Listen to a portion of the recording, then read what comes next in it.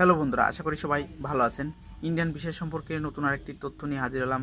তো আপনারা সকল জানেন যে বাংলাদেশের পরিস্থিতি এখন বর্তমানে ভালো না। এক্ষেত্রে নতুন সরকার গঠন হয়েছে, আবার তারপর বন্যা কিন্তু ভারতের গেট খুলে দেওয়াতে বন্যা হয়েছে। তো যার কারণে পরিস্থিতি খুবই খারাপ। এমনিতেই ইন্ডিয়ান ভিসা সেন্টারগুলো কিন্তু বন্ধ ছিল অনেক দিন যাবৎ। সেখানে কিন্তু শুধুমাত্র কিছুদিন হলো পাসপোর্ট ডেলিভারি দিচ্ছিল সীমিত পরিসরে মেসেজের মাধ্যমে। তো সেটিও গতকালকে কিন্তু বৃহস্পতিবার সেটি কিন্তু যমুনা ফিউচার পার্ক হঠাৎ করেই 12টার পর বন্ধ হয়। তো পাসপোর্ট ডেলিভারিটা বন্ধ করে দিয়েছিল। তো সমস্যা হয়তো পরিস্থিতি খারাপ বলে বিবেচনা করে বন্ধ করে দেওয়া হয়েছিল।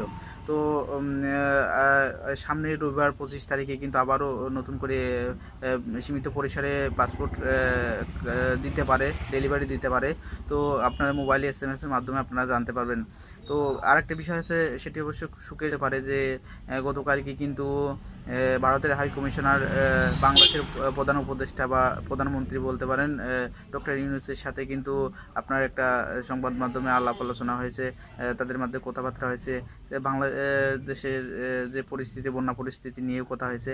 সেখানে ভারতের হাই কমিশনার বলেছে যে বাংলাদেশের মানুষ ট্যুরিস্ট ভিসা নিয়ে ইন্ডিয়ায় যায় 60% এবং 30% মানুষ মেডিকেল ভিসা যায় ইন্ডিয়ায়, এবং 10% অন্যান্য ভিসা নিয়ে ইন্ডিয়ায় যায়। যার কারণে ভারতের রাজস্ব বৃদ্ধি হয় এবং বাংলাদেশের রাজস্ব অনেক বৃদ্ধি হয়। তো ভিসার ব্যাপারে হয়তো সুবিধাজনক তথ্য আলাপ আলোচনা করেছে যে বাংলাদেশের সাথে কিন্তু ভারতের হাই কমিশনার বলেছে কাজ করতে চায়, তারা আরও সম্পর্ক জোরদার করতে চায়।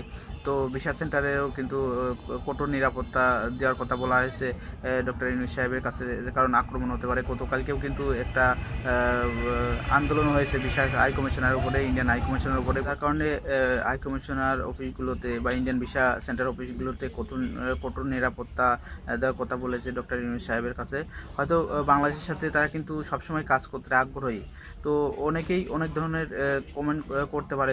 তো এখন হয়তো পরিস্থিতি খারাপ বাংলাদেশের মধ্যে, কিন্তু 2-1 মাসের মধ্যে হয়তো আবেদন গ্রহণ করতে পারে, হয়তো নতুন করে আবার ভিসা দিতে পারে, যেহেতু আলাপ আলোচনা করা হয়েছে। তো আশা করছি আমরা সবাই যে খুব দ্রুত এইগুলো ঠিক হয়ে যাক, ভারতের সাথে বাংলাদেশের সম্পর্ক আবার একটু ভালো হোক, ভিসা দিক। অনেকেই চিকিৎসা করতে যায়, অনেকেই ঘুরতে যায়, এগুলো হোক। তো যাই হোক, ভিডিওটি যদি আপনাদের ভালো লাগে লাইক, কমেন্ট, শেয়ার করবেন এবং আমার চ্যানেলটি সাবস্ক্রাইব করবেন।